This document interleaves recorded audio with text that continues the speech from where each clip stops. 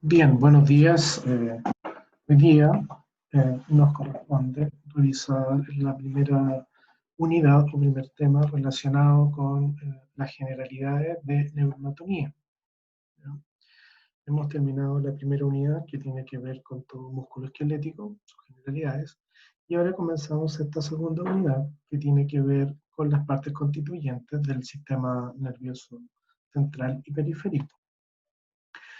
En la foto se puede observar la estructura correspondiente a lo que es la estructura cerebral.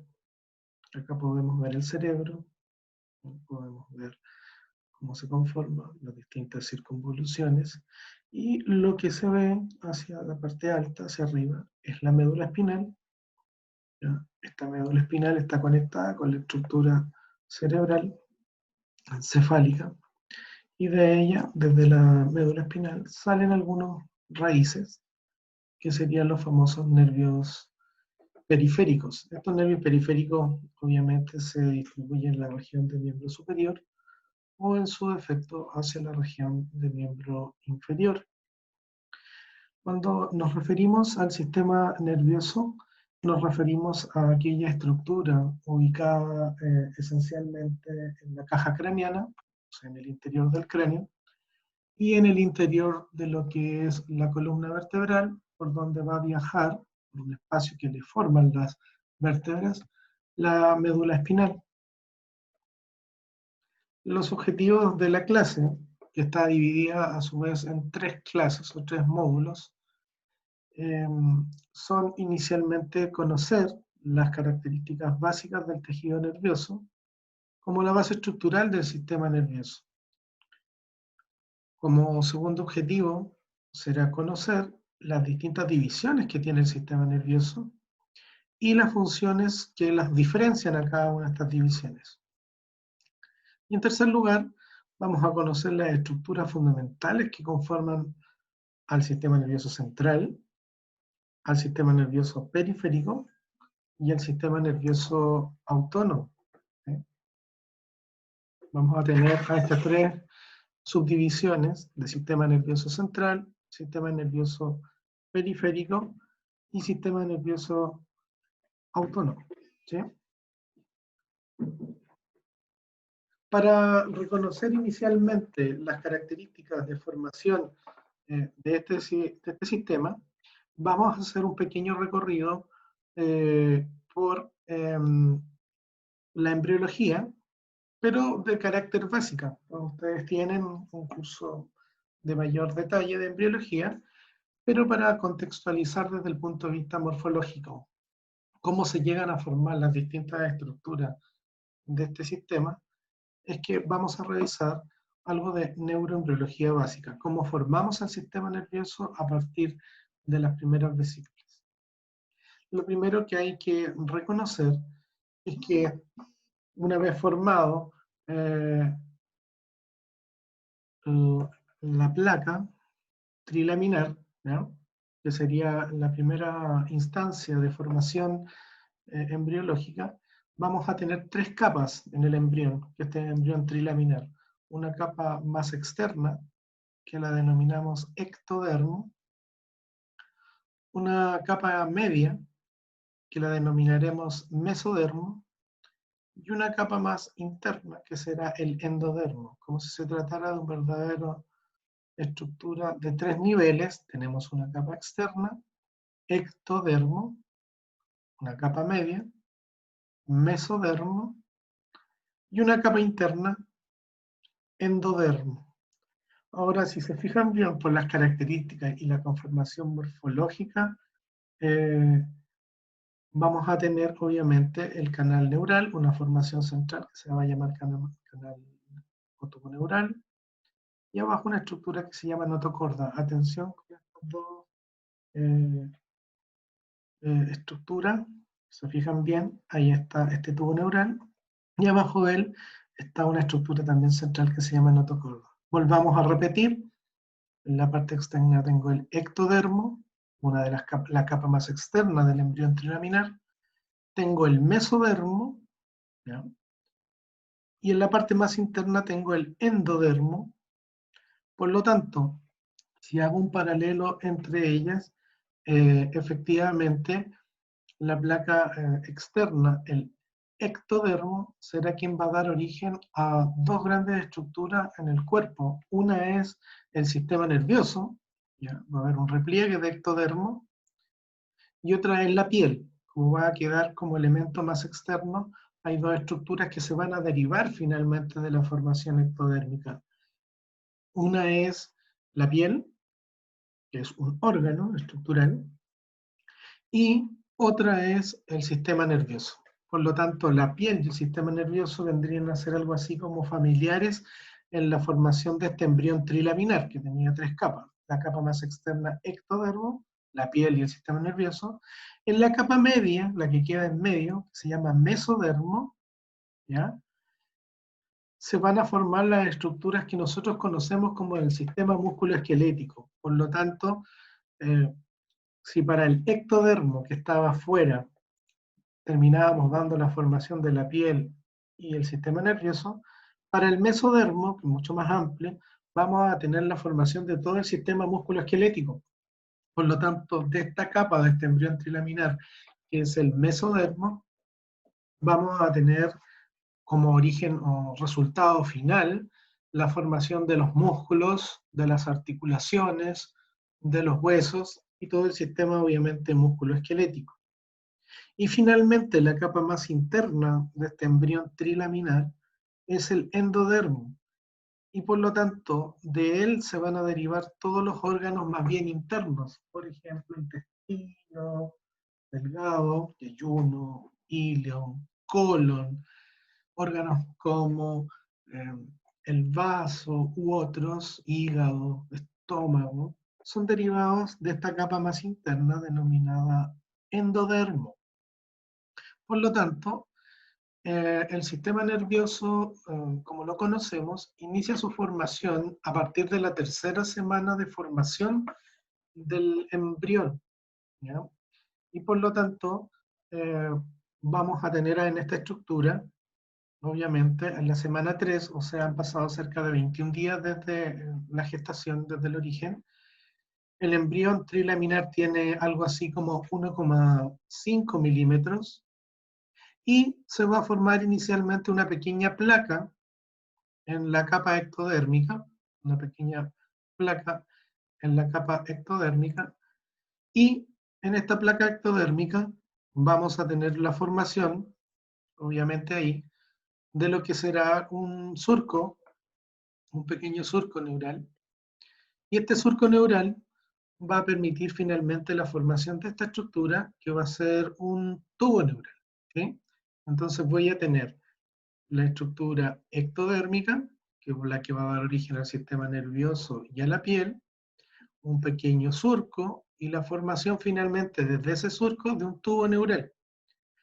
Ahora, si lo pensamos que estamos en la tercera semana del desarrollo, estamos frente nuevamente a una estructura, un pequeño embrión que mide no más de 1,5 milímetros, que inicialmente dio origen a una placa neural derivada de esta capa, que es el ectodermo, y eso dio origen a un surco y finalmente dio origen a esta estructura que es muy importante para la formación del sistema nervioso central, que es el tubo neural. Por lo tanto, hay que retener bien, estimados, la formación del tubo neural derivado del ectodermo, porque este tubo neural hacia los lados va a tener otras estructuras que se derivan también hacia el lado, que se llamarán las crestas neurales. No aparecen en esta imagen, pero aquí estarán las crestas neurales, el tubo neural, que es derivada de lo que fue inicialmente un surco neural, del ectodermo. Ectodermo, mesodermo, endodermo. Del ectodermo, vuelvo a repetir, la formación de la piel y el sistema nervioso, la formación del tubo. Del mesodermo se dará origen a todas las estructuras ligadas al sistema musculoesquelético, y posteriormente a eso tendremos el endodermo, ya en el cual obviamente en la estructura endodérmica se dará origen al sistema digestivo, a los órganos como el yeyuno, el ilion, etc. Por lo tanto, miren, estamos en la semana 3 apenas se tiene 1,5 milímetros, y ya la estructura tiene un embrión trilaminar con una capa externa, ectodermo, una capa media mesodermo y una capa interna endodermo. Estructura relevante, el tubo neural que se originó en el ectodermo, y esta estructura que es relevante que la consideremos que es la notocorda, que sujeta de cierta manera a este tubo neural y obviamente está rodeada por el mesodermo. Esto va a dar origen, recuerden, el mesodermo a los músculos, a los huesos, a las articulaciones, a todo lo que vimos en la unidad 1, que era la unidad de músculo esquelético. Y el endodermo no lo vamos a revisar porque tiene que ver con el sistema digestivo. Bueno, nos preocupa el ectodermo, el tubo neural, porque desde el ectodermo se va a formar finalmente este tubo neural, y la notocorda, que van a quedar en este lugar.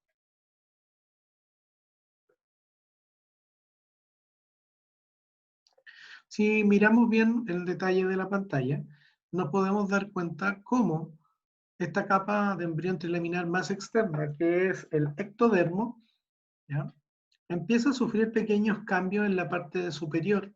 Se empieza a hundir. Aquí vemos cómo en ambos lados se empieza a producir una especie de pequeña placa neural, y esa placa neural, miren, sufre un hundimiento, ¿ya?, ese hundimiento da origen a una estructura central abajo, bien circular, como si fuera un tutor, eso que se colocan en los árboles para que los árboles no se choquen, se forma ese surco. Miren cómo se hunde ese surco, se va produciendo como una elevación del surco, van llegando más células al lugar, finalmente se vuelven a tocar las capas ectodérmicas que están ahí, que se llaman crestas neurales, que están en verde, miren, quedan rodeando, se forma el tubo neural, y en este caso lo que iban a ser las crestas neurales quedan por los lados. Este tema es bien irrelevante porque si se fijan bien, cuando se produjo que el ectodermo se empezó a hundir, ya en una placa, dejó a las crestas neurales al lado y a la epidermis por fuera. Eso significa que lo que está en azul va a dar origen a la piel, a la famosa epidermis. Lo que está en la zona media son las crestas neurales, que después vamos a ver que dan origen al sistema nervioso simpático y parasimpático. Y aquí tengo, obviamente, la placa neural que se va hundiendo, formando un surco, se forma el surco, y en la parte de abajo queda sujetado por una estructura que se llama la notocorda. ¿Ya? Ahí abajo está la notocorda. Entonces empieza a juntar, se acerca hasta formar un tubo neural. Entonces se forma el tubo neural y por encima pasa la estructura de la epidermis, de lo que sería el ectodermo por fuera, queda formado el tubo neural y abajo queda lo que es, en este caso, la notocorda. Y hacia los lados, lo que estaba en verde, quedarán las famosas crestas neurales. ¿Ya?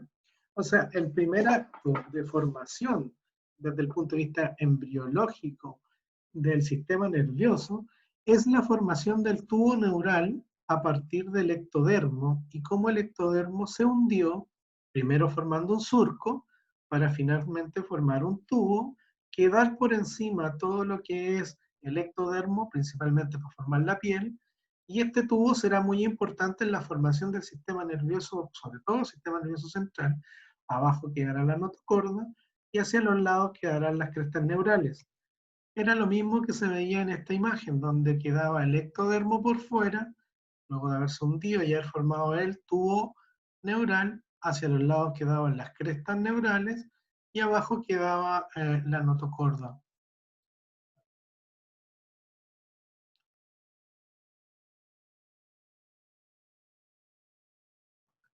Aquí está el proceso de formación de, en este caso, la placa neural.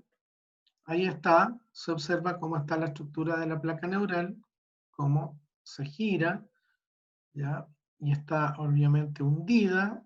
Debajo va a quedar la estructura de la notocorda. Esto es lo que vamos a conocer como placas neurales, y lo que va a terminar siendo la piel o la epidermis, la parte más externa del ectodermo. Se forma la placa, ahí está la notocorda, se formó la placa neural, los pliegues neurales, ¿sí?, el surco neural, finalmente se da origen al tubo neural, y al lado quedan las crestas neurales, y obviamente los extremos más laterales del ectodermo se vuelven a topar, dando origen a lo que será posteriormente la piel o la epidermis. Recuerden que la piel tiene una capa muy externa, ¿ya?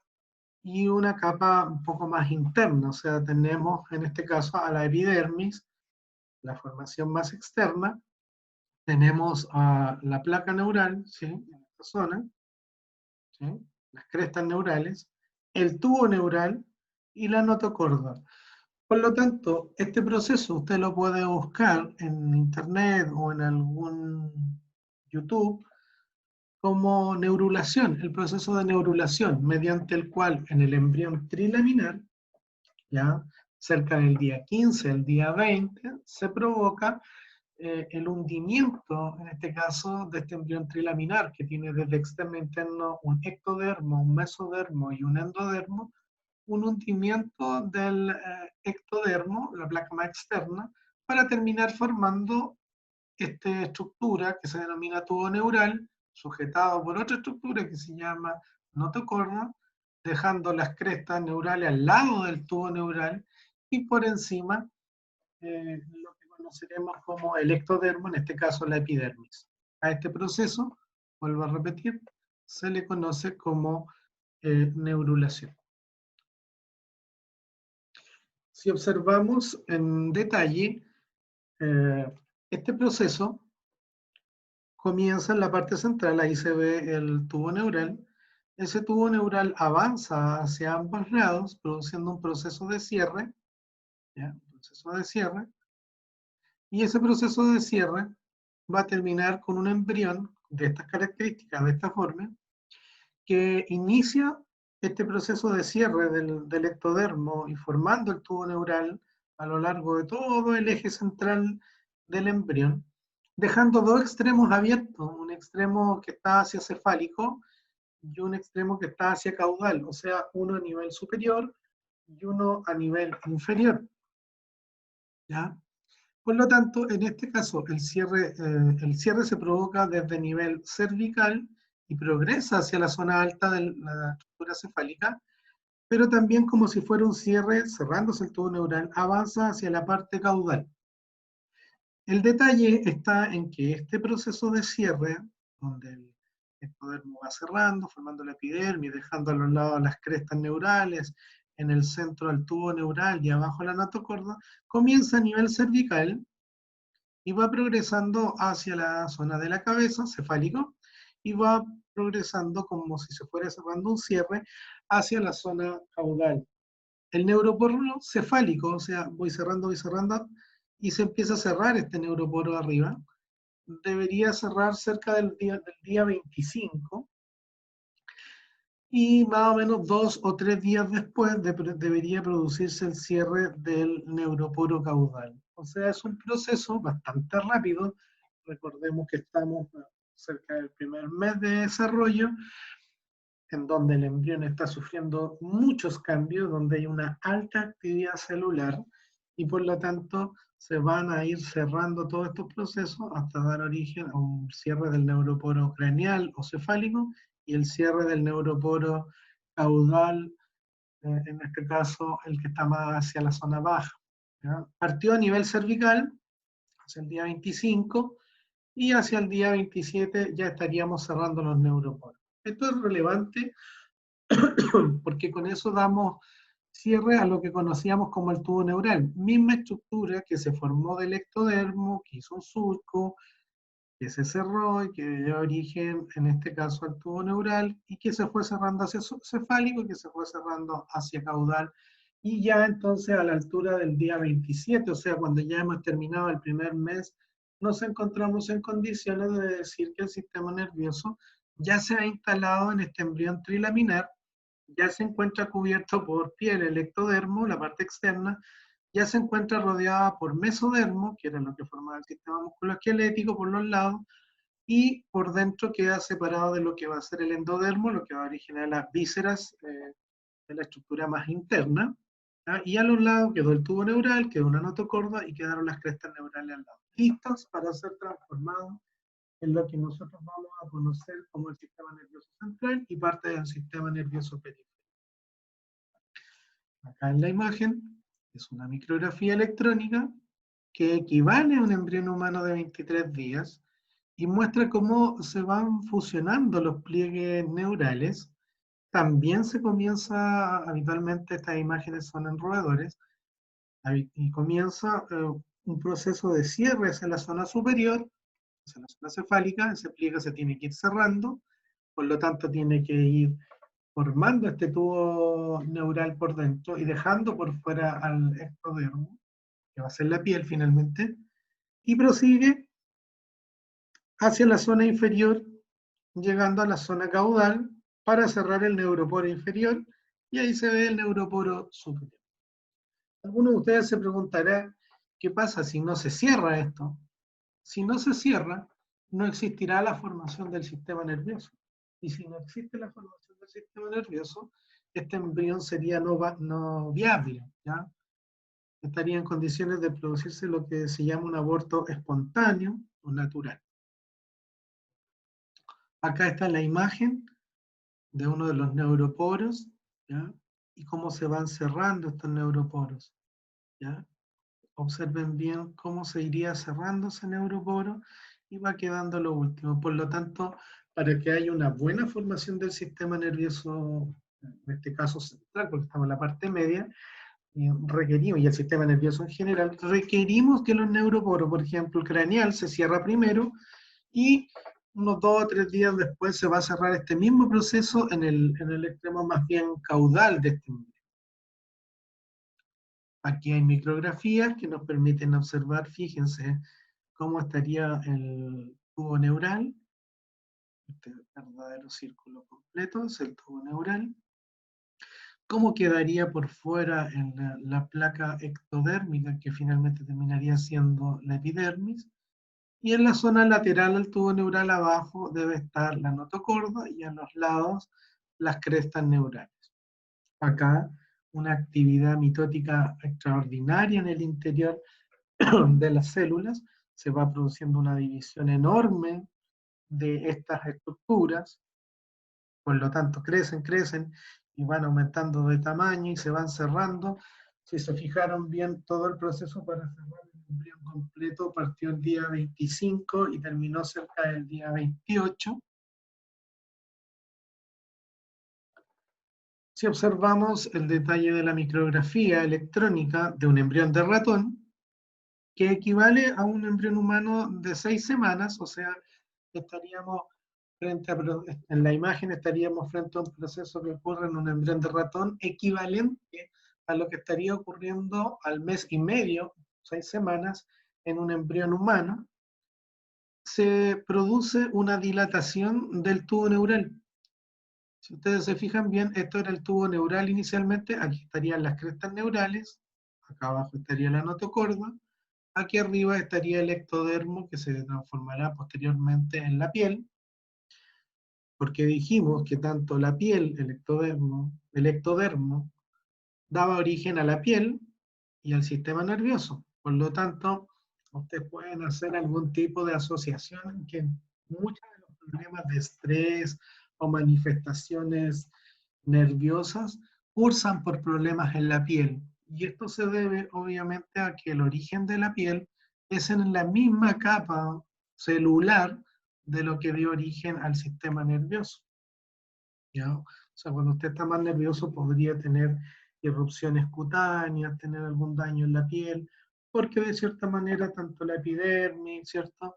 Son derivados de las mismas células que dieron origen al sistema nervioso, en este caso central, y o periférico en el caso de las crestas neurales. La placa alar, se van a formar dos placas, si se fijan bien aquí el tubo neural fue marcado con colores, en un color relativamente más celeste, ¿sí? Se van a instalar un tipo de células y en otro lado se van a instalar principalmente otro tipo de células y aquí están marcadas en rojo. No es que esto exista en la realidad de la formación embriológica, pero para hacer un diagrama o esquema vamos a separar en grupos celulares que se instalan en esta región, ¿ya? Que formarían lo que conocen como la placa alar, y en la parte baja se va a formar una placa denominada la placa basal. Usted se preguntará cuál es la relevancia.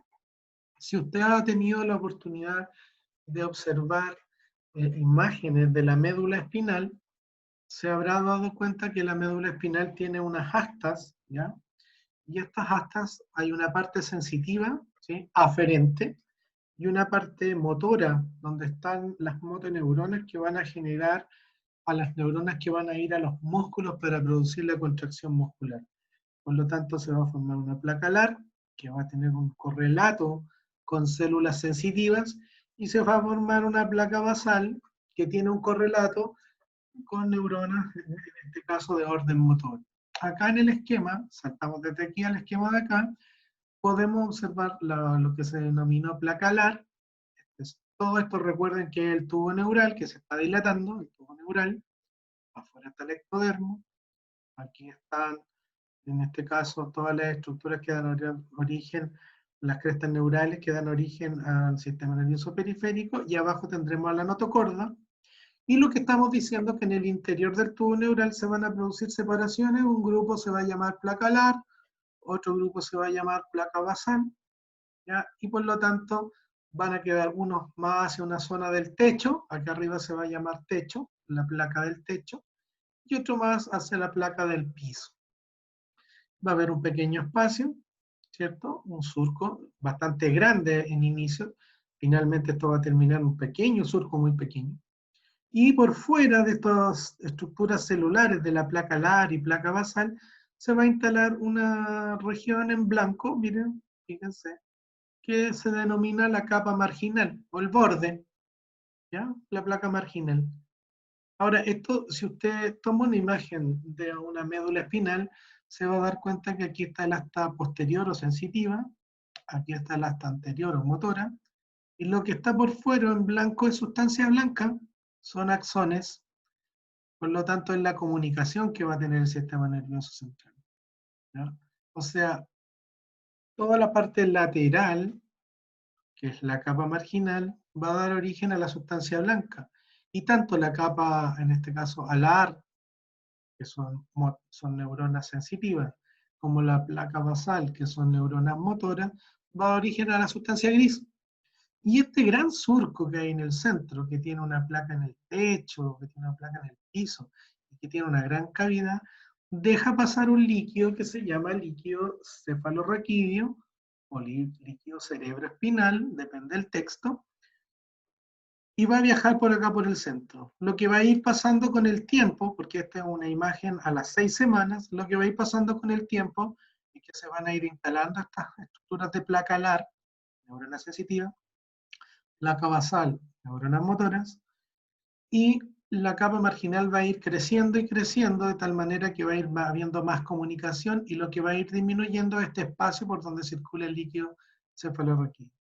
Interesante que en el interior de estas estructuras hay unas células que se denominan células ependimarias, y estas células ependimarias van a producir, van a estar instaladas acá en el centro donde está el líquido cefalorraquídeo. Si observamos la estructura, podemos ver cómo el tubo neural ya está armado, o sea, ya han pasado más de 4 semanas, cómo se han instalado las crestas neurales por la zona lateral, cómo quedó por fuera el ectodermo, que dio origen a la piel y al sistema nervioso. Recuerden que fue este ectodermo el que se hundió para formar el tubo neural. Por lo tanto, el origen del tubo neural estuvo en el ectodermo, solo que el ectodermo continuó y dejó separado a las crestas neurales, que nuestras queridas crestas neurales van a ser las que van a dar origen al sistema nervioso periférico, a las meninges. Recuerden que son 3 meninges, la capa más externa se llama dura madre, la capa que está en el medio se llama aracnoides y la capa más interna se llama pía madre. Por lo tanto, las leptomeninges o meninges, dura madre, aracnoides y pía madre provienen en su origen de las crestas neurales, que a su vez provienen de un surco que tuvo su origen en el ectodermo, una de las capas del embrión trilaminar, ¿sí? Lateral pueden observar al tubo neural, y si ven al tubo neural, y abajo tendremos la notocorda, que era la que sujetaba al tubo neural para que esto tuviera estructura, que era como un tutor externo de un árbol, sujeta al tubo neural, deja obviamente al tubo neural con placas alares, placas basales, células ependimarias y una capa marginal por el lado que era la sustancia blanca. Y aquí se produce algo interesante porque el ectodermo se cerró, ¿cierto? De origen a esta estructura y los dejó en el medio. Y lo dejó en el medio del mesodermo. Y el mesodermo era el que obviamente habíamos conversado, que era la capa intermedia de este embrión laminar, estaba el ectodermo, el mesodermo. El mesodermo se organiza en lo que todos conocemos como somitas, ¿ya? Son unas estructuras que van a dar origen a los huesos, las articulaciones y los músculos de ciertas regiones. Y si se fija bien, desde ya empieza a haber una relación entre las estructuras musculares, articulares y óseas que se van a formar a partir de la somita y del mesodermo, con el sistema nervioso, empieza a haber una unión cercana. Ahora, la imagen nos muestra las distintas estructuras que usted ya debería reconocer, que son el ectodermo, las crestas neurales, el tubo neural, la estructura de las células ependimarias por dentro, la placa alar, la placa basal y las células marginales.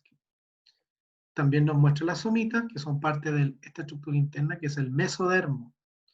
¿Ya? En el mesodermo están las somitas.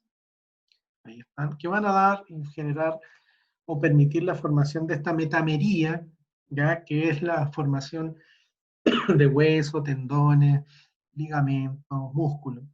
Y nuestra estructura, que es el tubo neural, que es la que va a dar origen al sistema nervioso central.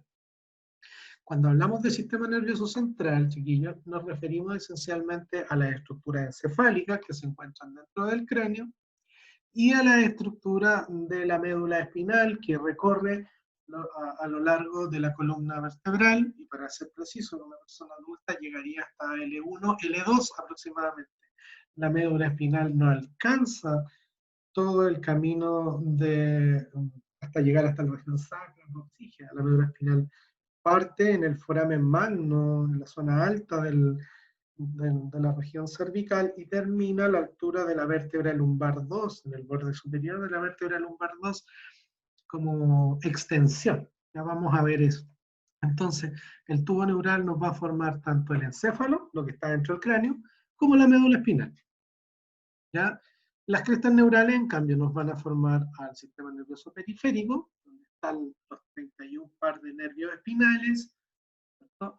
Los 12 pares craneanos, y el sistema nervioso simpático y parasimpático, que forman parte de lo que conocemos como sistema nervioso autónomo.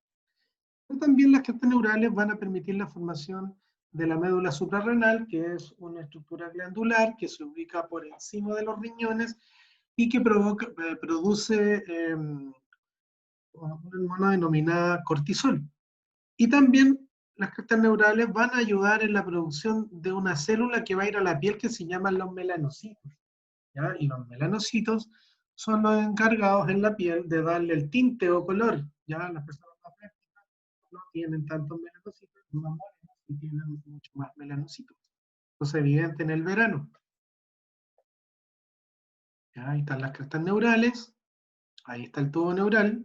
Por lo tanto, la formación del sistema nervioso, como es el origen de esta clase, obviamente tiene su origen el central, principalmente en el tubo neural, que deriva del ectodermo, y el sistema nervioso periférico tiene su origen en las crestas neurales, que son laterales al tubo neural, y que también tiene su origen en el ectodermo, que es la capa más externa. Son primos hermanos, entonces, la piel, los melanocitos de la piel, las glándulas suprarrenales y las membranas que van a rodear a esto. Recuerden que a partir de las crestas neurales van a salir las leptomeninges, las que van a rodear al tubo neural. Por lo tanto, no se extrañe que tanto el sistema nervioso central, principalmente el sistema nervioso central, esté rodeado por meninges, que son capas que rodean al sistema nervioso central, pero que tienen su origen en las crestas neurales. La dura madre, que es la más externa, la aracnoide, que está en el centro, y la pía madre, que está en la parte más interna, porque van a quedar rodeando esta estructura. Acá tenemos una micrografía electrónica de barrido, que es una técnica que muestra células de la cresta neural. ¿Ya? Estas células pierden afinidad por las células más que están más al lado, por sus vecinas, y van migrando al mesodermo.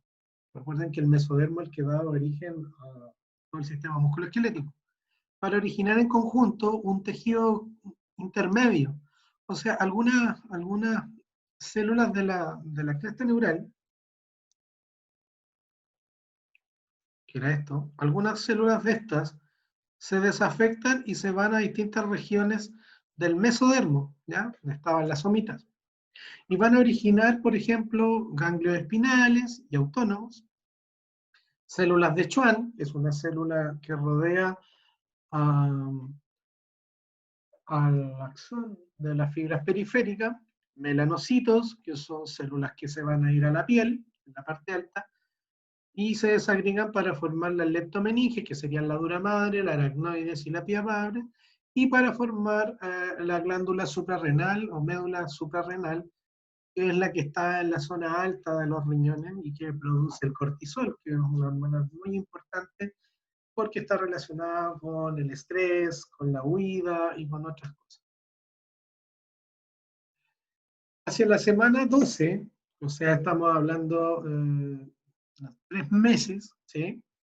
Ya hemos pasado todo el proceso anterior, obviamente, donde teníamos un embrión trilaminar, bastante pequeño, de algunos milímetros, que había comenzado su proceso de formación y división, que dio origen a 3 capas, que eran el ectodermo, el mesodermo y el endodermo, que fuimos presenciales durante el día 20, hasta el 25, 22, 25, hasta el día casi 28, 30, de cómo se dividió, formó un surco, finalmente un tubo que se separa externamente, de origen a las crestas neurales, al tubo neural y obviamente a las estructuras laterales.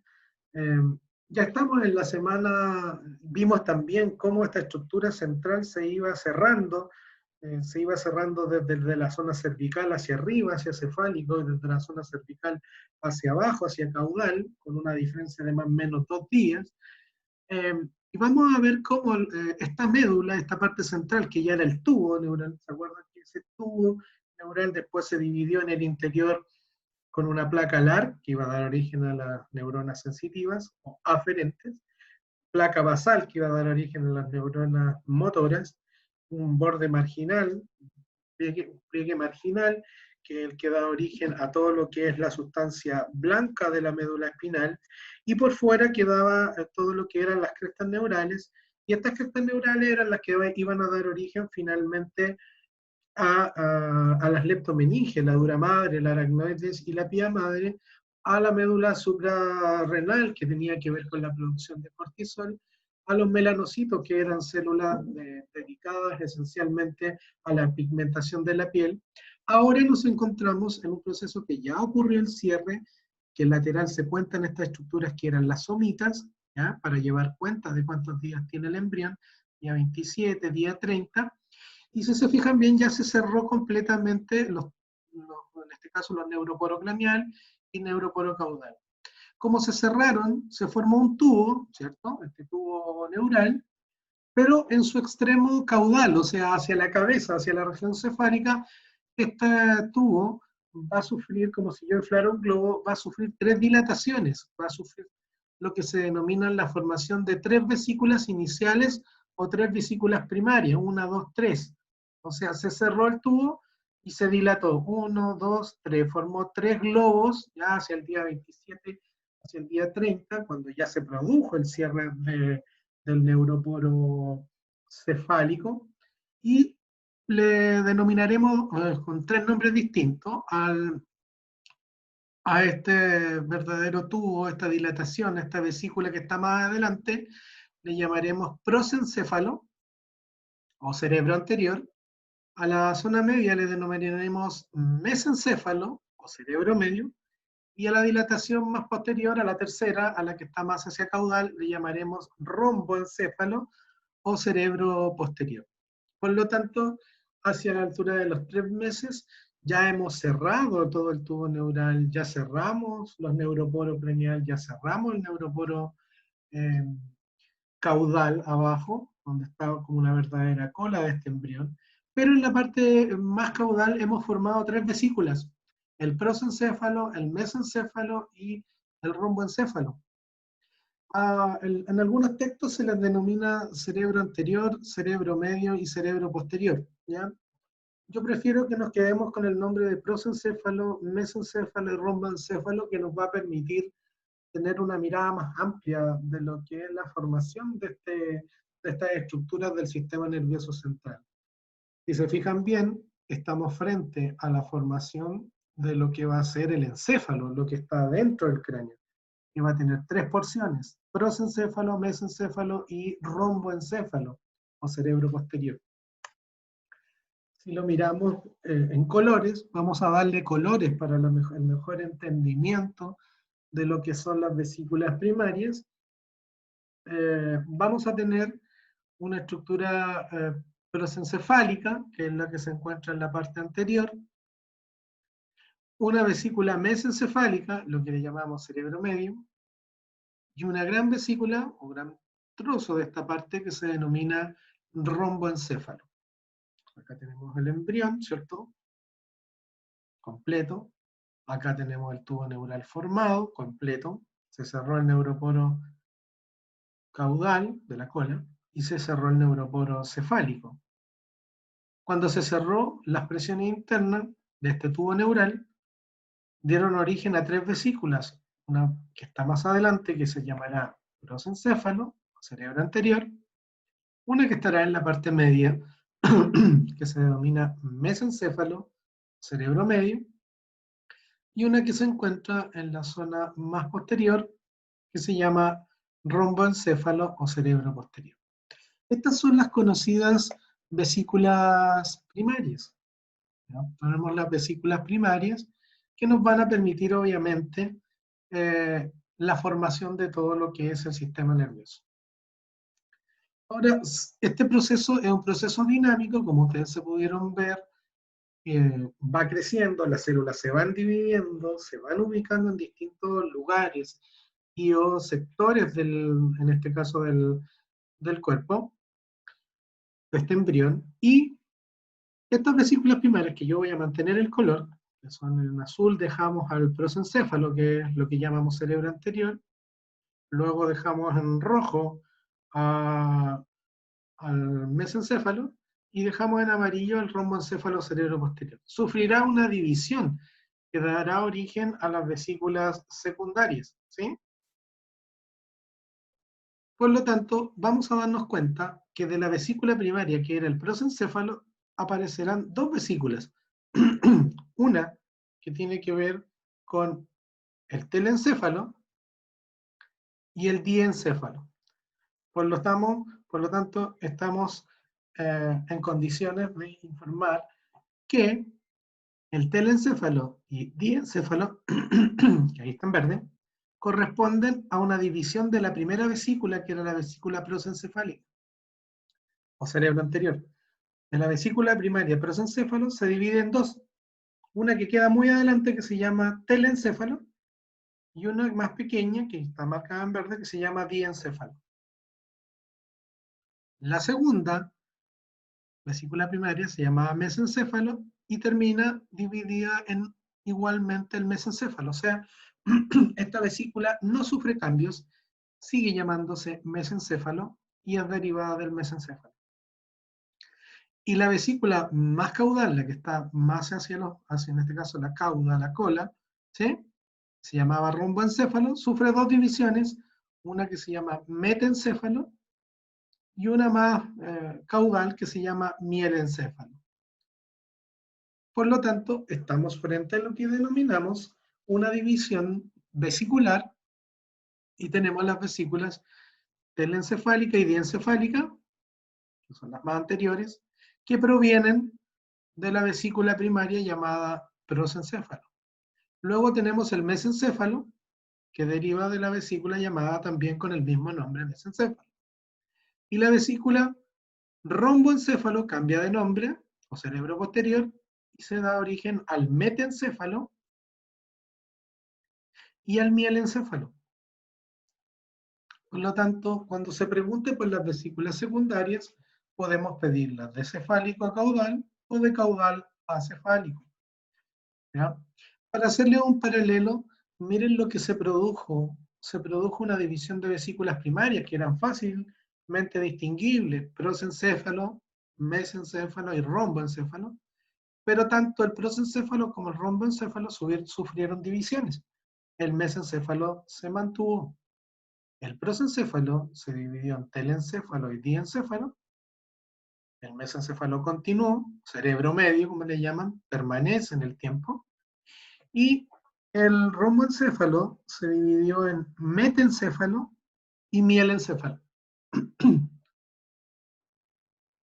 Ahora, esta división continúa, obviamente, hasta la maduración de las estructuras, y esta maduración de las estructuras llega, obviamente, con la transformación de las estructuras mesencefálicas y metencefálicas.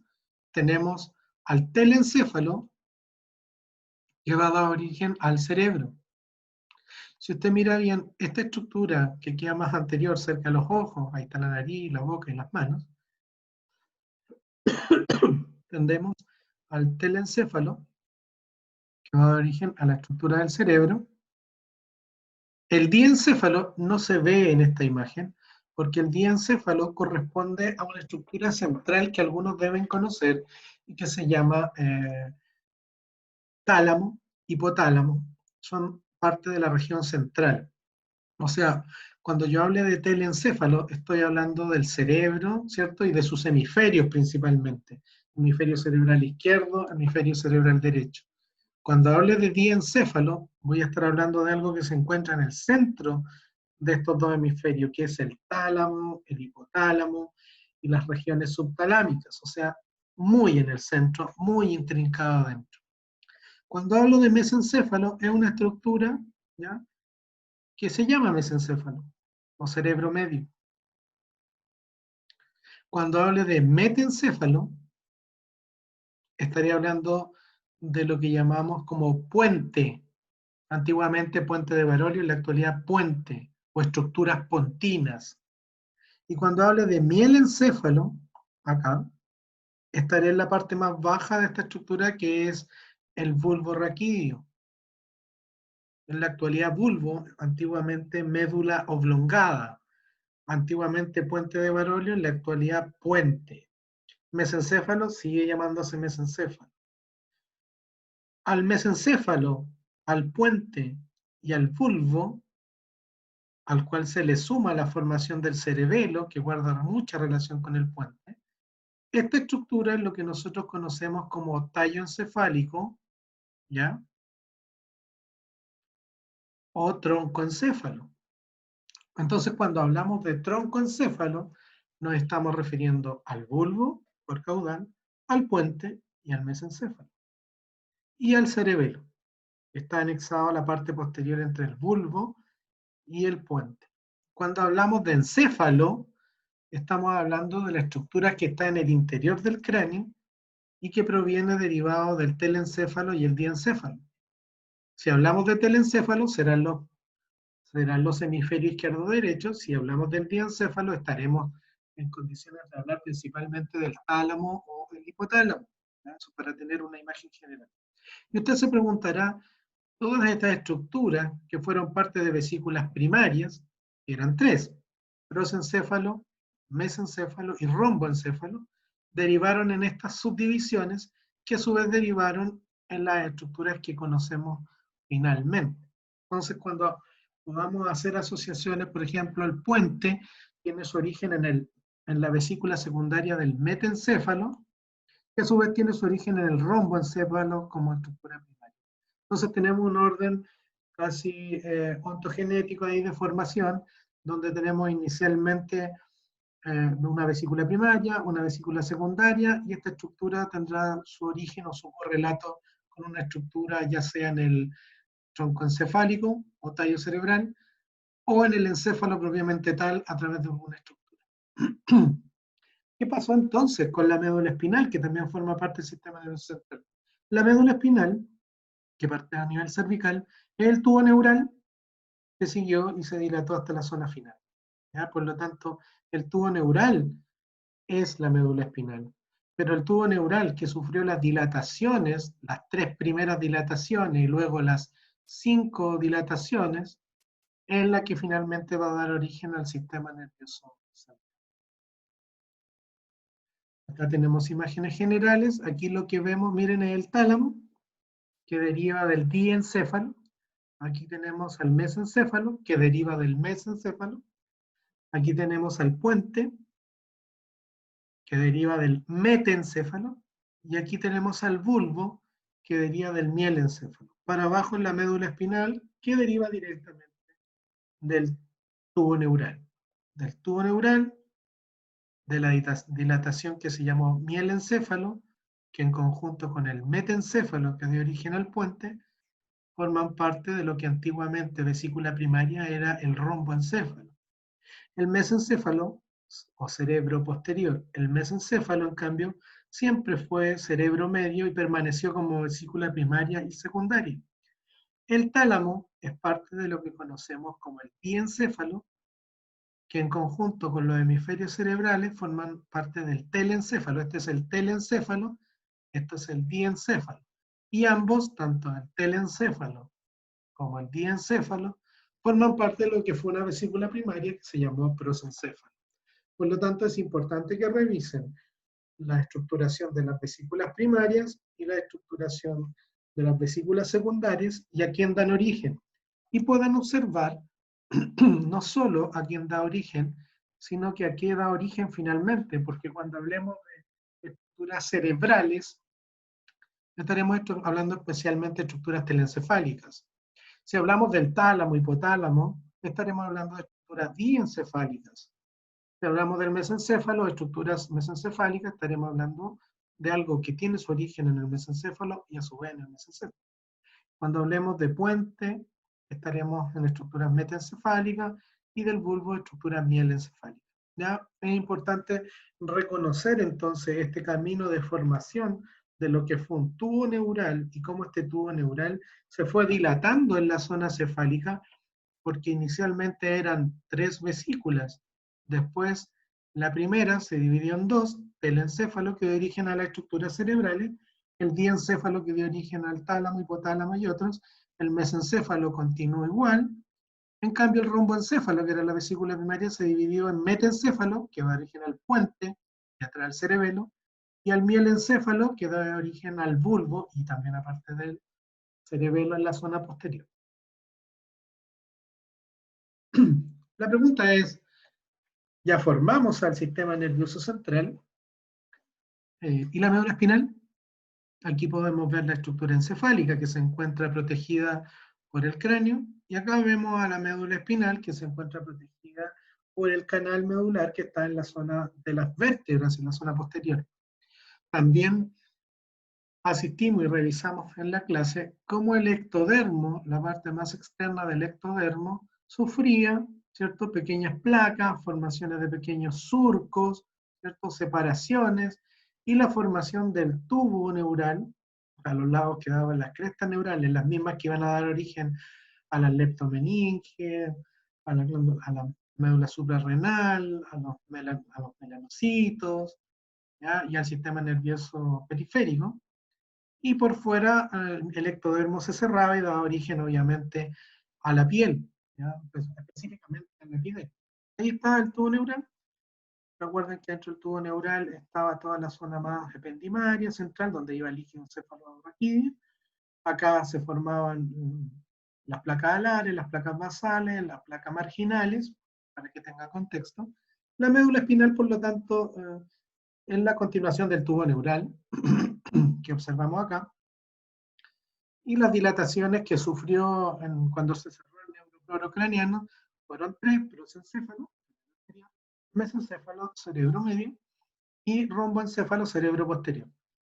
Cuando ya pasaron un tiempo, esas 3 divisiones iniciales dieron origen a 5, el prosencéfalo se dividió en telencéfalo, diencéfalo, el mesencéfalo original continuó como mesencéfalo, las vesículas secundarias, y el romboencéfalo, que era el cerebro posterior, se dividió en una parte metencefálica y una mielencefálica. Ahí está el tubo neural. Y para hacer una especie de resumen para este módulo, podemos revisar en detalle lo que correspondió a la formación, en este caso del sistema nervioso. Aquí está el encéfalo embrionario, ya en este encéfalo embrionario vamos a tener tres grupos. Primero la médula espinal, obviamente, vamos a ir desde caudal a cefálico.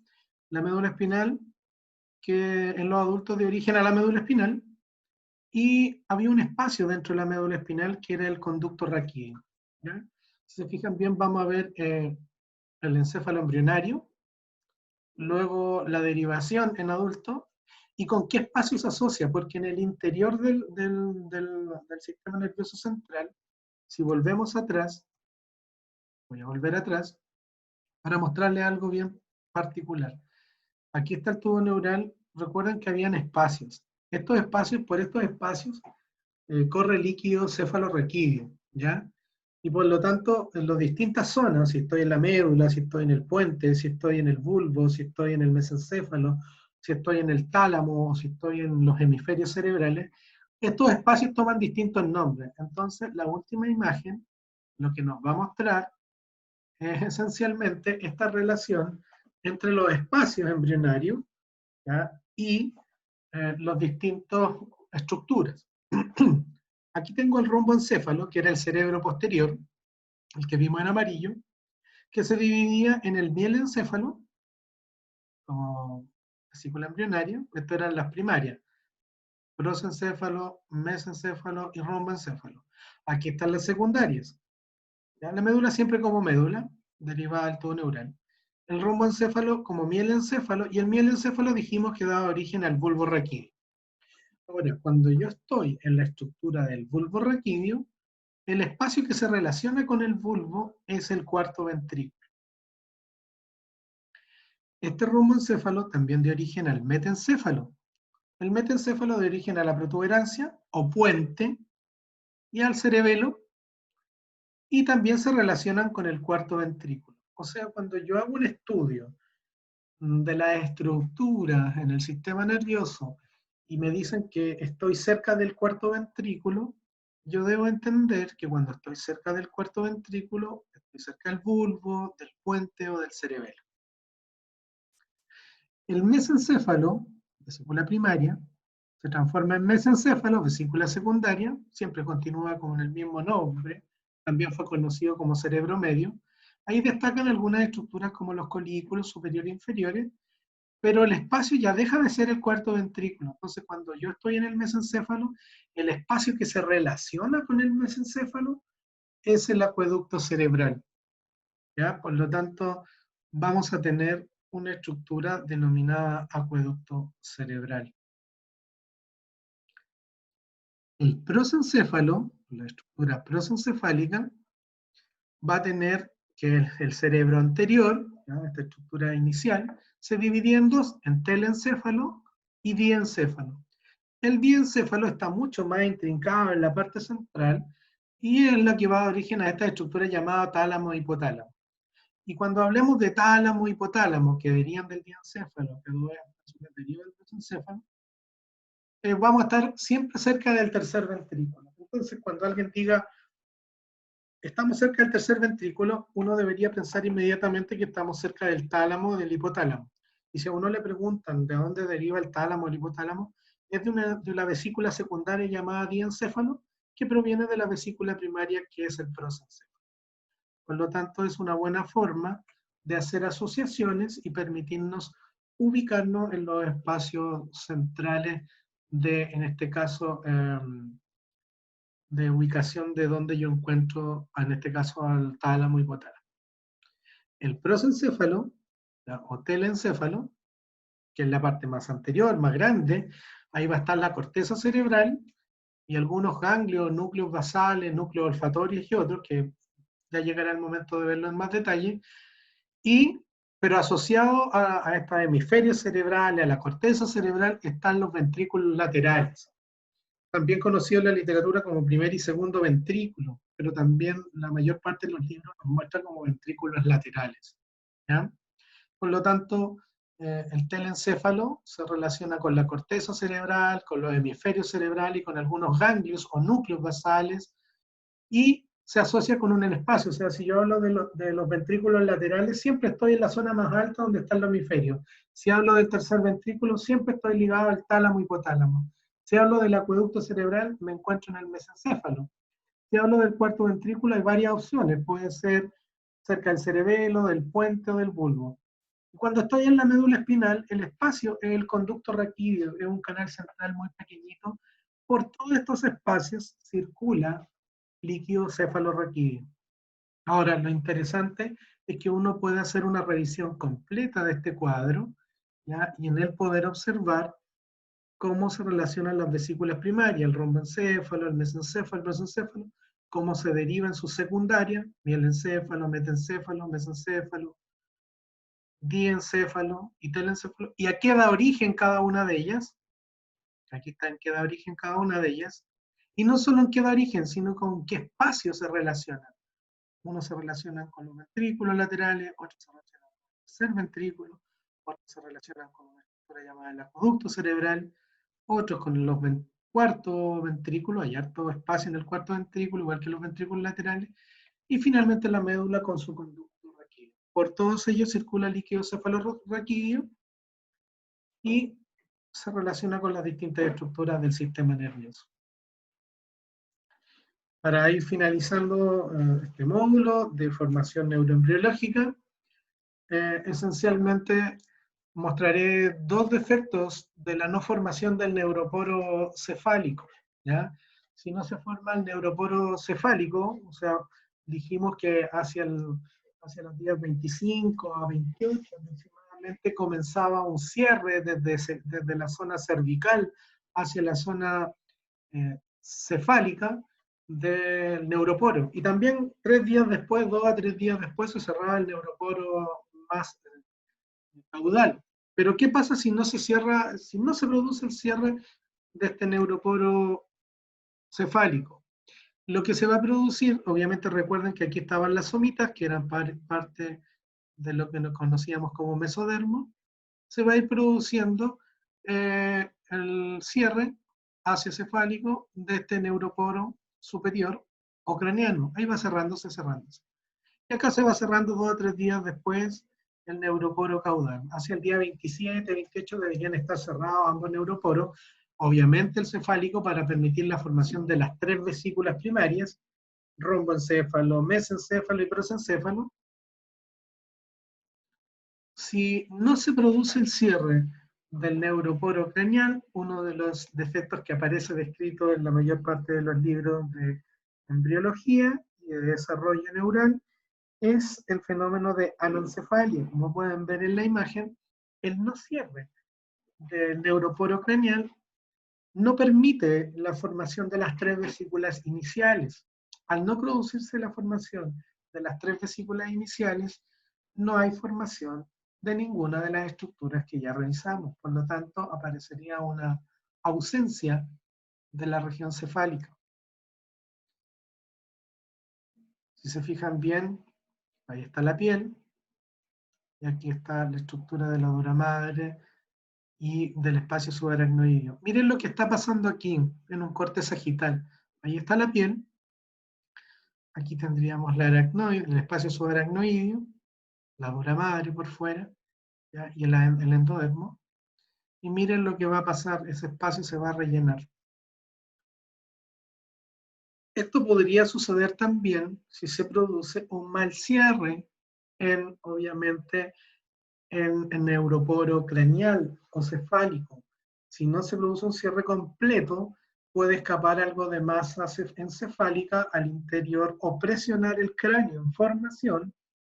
Nosotros cuando vimos el sistema musculoesquelético dijimos que el cráneo tenía una formación u osificación de tipo membranosa, la cual eran fibras que se mantenían estables para permitir el crecimiento en las primeras etapas de la estructura encefálica. De no existir esto y existir demasiada presión, lo que ocurriría sería la ruptura de estos espacios articulares y obviamente se va a ir rellenando y formando un espacio de encéfalo en un lugar que no corresponde, y ahí estaríamos frente a un encéfalocele o cráneo bífido. ¿Qué pasa si el defecto se encuentra en el neuroporo craneal, caudal, perdón, el que está más abajo, este que cierra 2 o 3 días después? ¿Qué pasa si no se cierra? Si no se cierra, ocurre una patología bastante frecuente, sobre todo en regiones agrícolas donde se utilizaban algunos pesticidas que se relacionaron con producir defectos en el cierre del neuroporo caudal, en el caso de las mujeres. Y si se fijan bien, aquí estaría la formación por parte del somito de la estructura de una vértebra, ahí estaría la médula espinal, y miren, no se produce la formación del arco posterior. Por lo tanto, al no producirse la médula espinal, empuja, solo queda contenida por la piel, por el ectodermo, que daría origen en este caso a la piel. ¿Ya? Y ahí tendríamos, por tanto, a definir una zona de cierre mayor en donde la médula espinal puede escapar y empujar a la piel, dando esta sensación, como la médula espinal y las meninges, que eran la dura madre, la aracnoides y la tía madre, provocarían el empuje de estas estructuras en la piel de un bebé. Por lo tanto, esta apertura implica que hubo un defecto en la formación de las vértebras, que no se formó completamente, y por lo tanto expuso al sistema nervioso muy cercano a la piel. En imágenes reales extraídas de libros, se conoce como meningocele, cuando escapa solo, en este caso, parte del sistema nervioso, que son las meninges, y se expone muy cerca a la piel, o mielomeningocele en caso de que la médula espinal se exponga muy cercana a la piel. Es lo que se conoce como espina bífida. Es bastante frecuente en niños que reciben tratamiento en los centros de rehabilitación infantil de la Teletón. Ya era bastante más frecuente, sobre todo se relacionó mucho con la exposición de sus madres a pesticidas. Para ir terminando este módulo, es importante que usted responda de manera personal para prepararse algunas preguntas de manera autónoma, señalando cuáles son las capas de un embrión trilaminar. Ya mencionamos, ahí les voy a aprovechar de dar un dato: el ectodermo, el mesodermo, el endodermo. ¿De cuál de ellas derivará el sistema nervioso? Debe señalar a qué da origen cada parte de la estructura del tubo neural. ¿Ya? Ahí debería decir neural, dice neural. ¿Ya? Neural. El tubo neural, obviamente, si se dieron cuenta, lateral a él estaban las crestas, estaban otras estructuras, se formaban en el mesodermo una estructura somítica, pero hay que ver a qué da origen el tubo neural y las crestas neurales, que también son muy importantes. Es importante que realice un esquema desde la formación de las vesículas primarias, que nombre las 3 vesículas primarias, cuando se cierra el neuroporo craneal, y cómo estas van a dar origen a las estructuras finales que conocemos hoy del sistema nervioso. Y señale las fechas aproximadas de cierre de los neuroporos, tanto cefálico como caudal, y a qué dan origen cada uno de sus defectos, pudiendo buscar en algún lugar o en internet cuáles son las fechas o las características que tiene, en este caso, el proceso de cierre o de defecto. Busque lo que es un meningocele, busque lo que es un mielomeningocele, busque los principales síntomas que generan estas lesiones, porque es bastante frecuente en neuro más adelante que usted vea algunas patologías asociadas y que vuelva a recordar cuáles son las vesículas, por qué no se produjo el cierre, a qué da origen las crestas neurales, cuál es la función que cumplen las meninges. Eso es importante para la formación. ¿Ya? Bueno, seguimos con lo que corresponde a las características básicas del tejido nervioso. Ya revisamos en detalle lo que era el concepto inicialmente de la neuroembriología, de la generalidad del sistema nervioso, y ahora nos corresponde revisar las características básicas de lo que es el tejido nervioso y sus unidades estructurales, que son las neuronas. Acá en la imagen de la derecha podemos observar lo que es una neurona piramidal, que la podemos encontrar en, en la corteza cerebral, ¿ya? Ahí podemos dar cuenta de esta estructura. Efectivamente, las características básicas del tejido nervioso nos van a permitir organizar nuestro estudio de tal manera de entender qué es lo que sucede en el interior de todo el sistema nervioso. Nos van a permitir pues, comprender las funciones bastante elaboradas que tiene el tejido nervioso, ¿ya?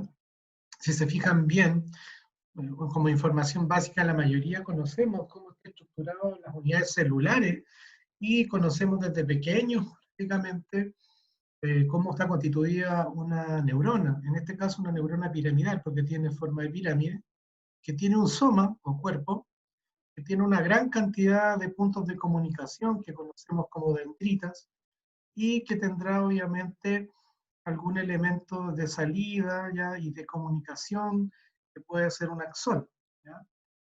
Por lo tanto, nosotros podemos observar, ha sido parte de múltiples estudios a nivel internacional y durante el desarrollo de todo lo que era la neuroanatomía, el reconocimiento de la función que tenían las neuronas en el tejido del sistema nervioso central. En términos estructurales, para que ustedes comprendan, eh, podemos observar que el sistema nervioso está constituido esencialmente por dos sustancias. ¿Ya? Tiene una sustancia externa, miren si se fijan en el caso de la corteza cerebral, que está en un color más oscuro, y una sustancia blanca, ¿ya? Por lo tanto, siempre vamos a hablar de la sustancia gris, acá, y en el centro de lo que es la sustancia blanca. En la sustancia gris, si se fijan bien el comportamiento y la ubicación en ambos casos, acá hay un corte transversal u horizontal de la estructura del cerebro, y acá hay un corte transversal de distintos niveles de la médula espinal. ¿Ya? Nosotros revisamos en el módulo anterior la neuroembriología básica de la formación del sistema nervioso en general, y vimos que cuando se formaba el tubo neural, se formaba una estructura central, por ejemplo, de una placa alar, una placa basal y un borde o reborde marginal, que era la sustancia blanca. Si se fijan bien, todo ese reborde o placa marginal se transformó en sustancia blanca que rodea a las placas alares y basales, ¿ya? Y que esto es sustancia gris. Estos cortes son a nivel cervical, ¿ya? Aquí comienza a ser a nivel torácico, aquí a nivel lumbar, finalmente a nivel sacro, y acá abajo ya estamos en un corte a nivel de la región de coxis, ¿ya? Que es donde se puede ver que el único gran cambio, lo mismo a nivel cerebral, tengo toda la sustancia gris por fuera y la sustancia blanca por dentro. En la médula es al revés, la sustancia blanca está por fuera y la sustancia gris está por dentro. En el caso de la sustancia gris, estaremos hablando habitualmente de núcleos y de corteza, en el caso del cerebro, si se fijan bien, esto es corteza cerebral, todo este reborde corresponde a lo que vamos a conocer como corteza cerebral, y cuando se organice nuevamente, pero ya en el interior de esta sustancia gris, estaremos frente a núcleos, ¿ya? Aquí tenemos núcleos bien famosos, como el núcleo caudado, el putamen, los globos pálidos, el claustro, hasta el tálamo, que forma parte de lo que conocimos como encéfalo, que son elementos nucleares de sustancia gris, ¿ya? Y lo otro ya es la corteza, que está en los extremos, que también es sustancia gris. Rodeando o entre la sustancia gris que corresponden a estos núcleos y la corteza, ¿ya? Está esta sustancia blanca. Y usted se preguntará, ¿qué es la sustancia blanca? Bueno, la sustancia blanca corresponde principalmente a elementos de comunicación dentro del sistema nervioso, en este caso el sistema nervioso central. ¿Ya? Por lo tanto, cuando estamos viendo esta sustancia blanca, todos estos espacios en blanco, estamos frente a tractos y fascículos, o sea, frente a axones rodeados de mielina, que comunican un núcleo con otro, un sector con la corteza, por lo tanto estamos frente a elementos de comunicación. Y cuando hablamos de sustancia gris, estamos hablando de núcleos, de conjuntos celulares, y como para hacerlo más didáctico, estamos hablando de la neurona propiamente. O sea, si tuviéramos que dividir qué hay en la corteza cerebral o en los núcleos cerebrales, hay neuronas, conjuntos de grupos neuronales, y qué hay en la sustancia blanca, tractos y fascículos, que están formados esencialmente por axones o mielina. Eso le da las características de este color más blanquecino. Que hay en la sustancia blanca de la médula en sus distintos cortes, tractos y fascículos de comunicación, que serían verdaderas carreteras completas de información. Un tracto es un conjunto de elementos de sustancia blanca que son puros axones que viajan en un sentido o en otro para comunicar zonas. Por ejemplo, si quiero comunicar el tálamo con una región de la corteza cerebral, hay tractos que comunican esta región, y esto es sustancia blanca. Si quiero hacer sinapsis o comunicación, me iré o a la corteza, donde están los somas neuronales, las dendritas, o las somas neuronales y las dendritas en los núcleos, y comunicaré, pero la comunicación se hará mediante tractos y fascículos, que son axones que comunican ambas regiones. Entonces, en una mirada general, estaríamos frente a neuronas y sus dendritas, y a axones, organizados en tractos y fascículos. Y acá, organizados en núcleos, o en el caso del cerebro, se habla de corteza. Hagamos una distinción. Cuando hablamos de encéfalo, hablamos de todo lo que está en el interior de la caja craneal. Cuando hablamos de cerebro, nos imaginamos el hemisferio izquierdo y el hemisferio derecho. Y cuando hablamos de corteza, nos referimos a la sustancia gris, donde están las neuronas, sus dendritas. Cuando hablamos de sustancia blanca, hablamos de tractos o fascículos que corresponden a axones de comunicación de sustancia blanca, porque hay mucha mielina. Por ejemplo, en el caso del sistema nervioso central, en el caso de este corte, la estructura cerebral, las neuronas que estarían en la corteza o en los núcleos estarían llenas de somas y dendritas, y los fascículos o tractos serían los axones que nos comunican y que estarían rodeados por mielina, ¿ya? En el caso del sistema nervioso central, la mielina es brindada por una célula que se llama oligodendrocito, ¿ya? En el caso del sistema nervioso periférico, quien hace la función de llenar de mielina los axones, es otra célula que la conoceremos en una diapositiva más adelante, que se llama la célula de Schwann. Por lo tanto, mírense las formas que tienen, pueden observar, miren las formas que tienen los distintos cortes y miren las proporciones. Acá, por ejemplo, en la zona cervical, la parte anterior de la médula, de la sustancia gris, más ancha, y la parte posterior sensitiva más delgada. Forma como una H, ¿ya?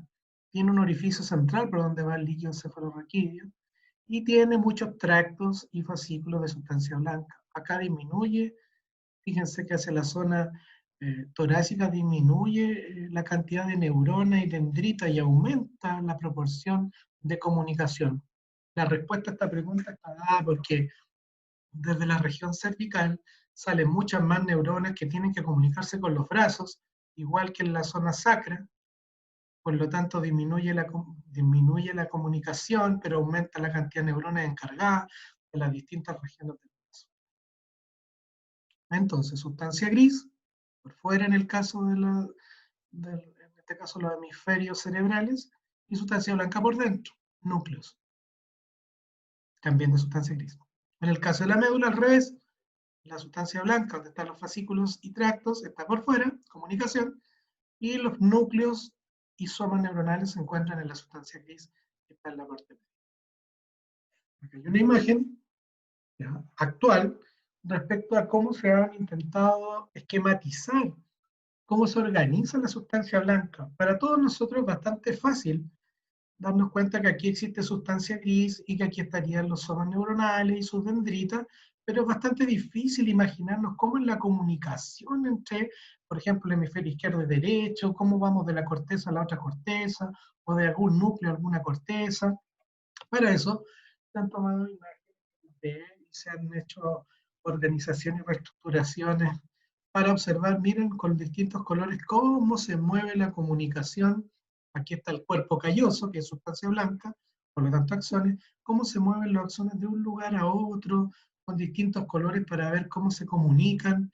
Aquí hay un corte transversal, como vemos de un lado hacia el otro, aquí está el hemisferio izquierdo, el derecho, aquí está el cuerpo calloso, y vean cómo atraviesan las fibras de comunicación o sustancia blanca, axones, cordones, fascículos, estructuras capsulares y cuerpo calloso forman todo parte del sistema, en este caso nervioso central, en su parte del hemisferio izquierdo-derecho, en el cerebro, que denominamos. Aquí está el cuerpo calloso.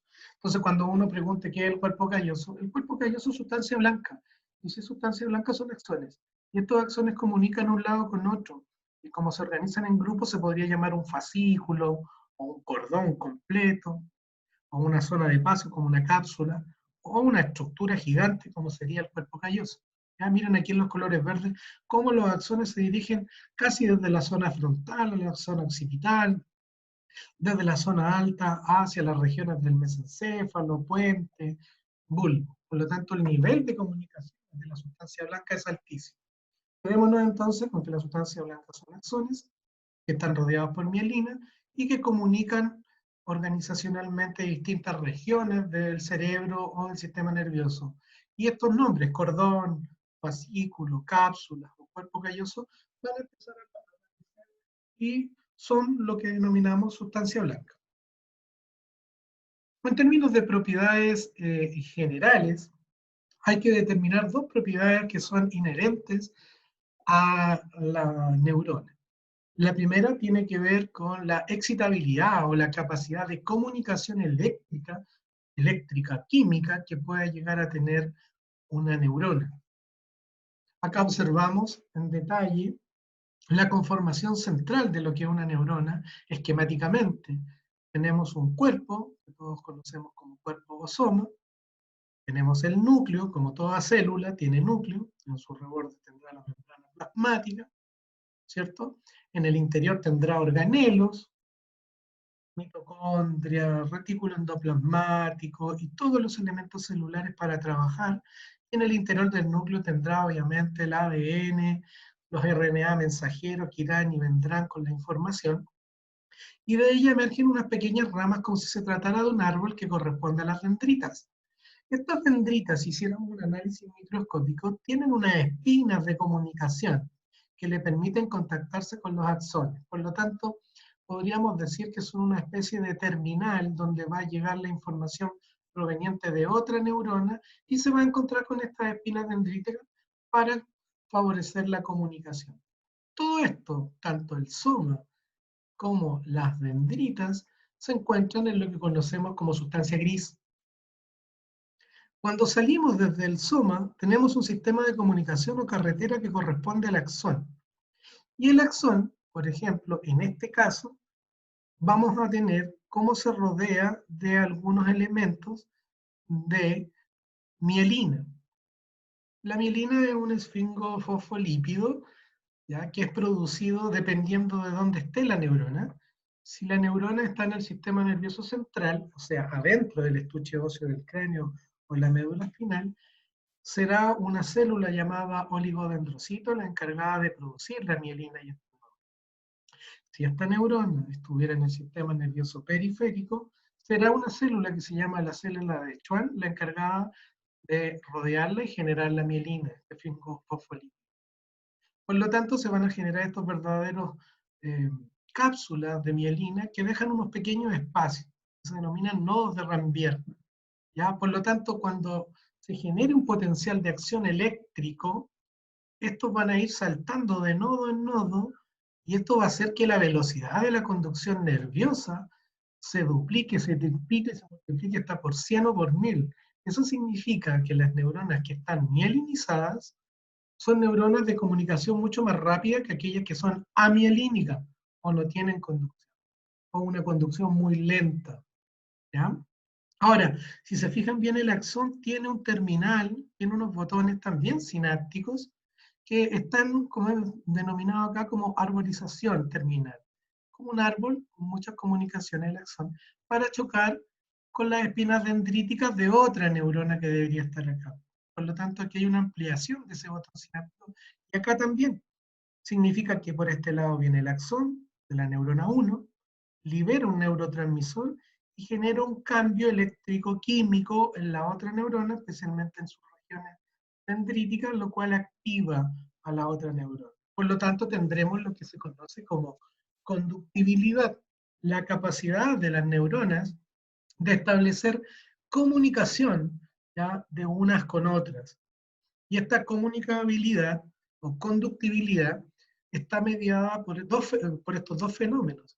Para que se produzca una activación, este sistema de comunicación, que son los axones, están rodeados habitualmente por mielina, en otras ocasiones no, generalmente sí, se produce un cambio de polaridad y se produce un potencial de acción que va saltando de nodo en nodo y lo hace muy veloz para llegar a la liberación de un neurotransmisor en su vesícula. Ese neurotransmisor produce un cambio eléctrico-químico en el otro terminal que está en la dendrita, y esto va a producir que se excite la segunda neurona y se genere el fenómeno de conductibilidad. Estas dos propiedades son muy importantes en la neurona, puesto que permiten la comunicación fluida entre unas y otras. Y va a depender de la función que cumplan. Van a haber neuronas que tienden a traer información, otras a llevar información.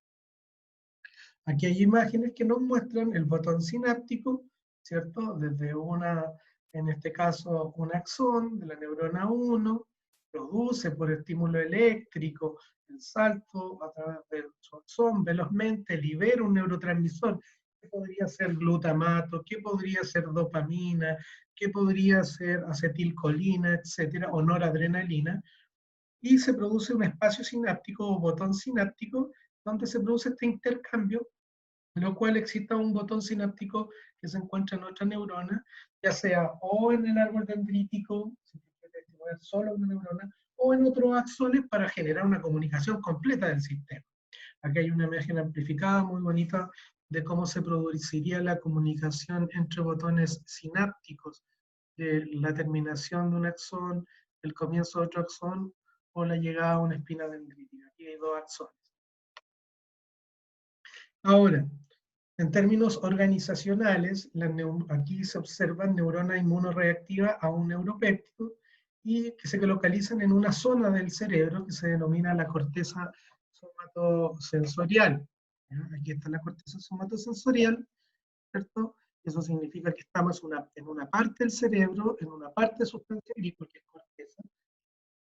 Y obviamente el tejido nervioso tendrá su origen en el ectodermo, ya vimos en el módulo anterior, su origen es ectodérmico, y tiene componentes o células que lo rodean con escaso material intercelular. Por lo tanto, la neurona recoge la información, ¿ya?, en términos sensoriales, porque ahí está el soma, con el número 2 están las dendritas, ¿ya?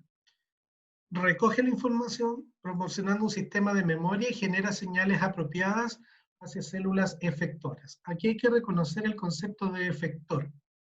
Cuando una célula recibe información, cuando está recibiendo, supongamos, información sensitiva de calor en el ambiente o frío, tiene algunos receptores que hacen que reciban ese estímulo y sea llevado hacia el sistema, en un viaje aferente. Pero cuando la neurona responde frente a ese estímulo, por ejemplo, me estoy quemando, sacar la mano, yo estoy haciendo un acto efector, eferente, haciendo una acción. Entonces, cuando hablamos de aferencias o células aferentes, son células que traen información. Y cuando hablamos de células eferentes o efectoras, estamos hablando de células que llevan esa información.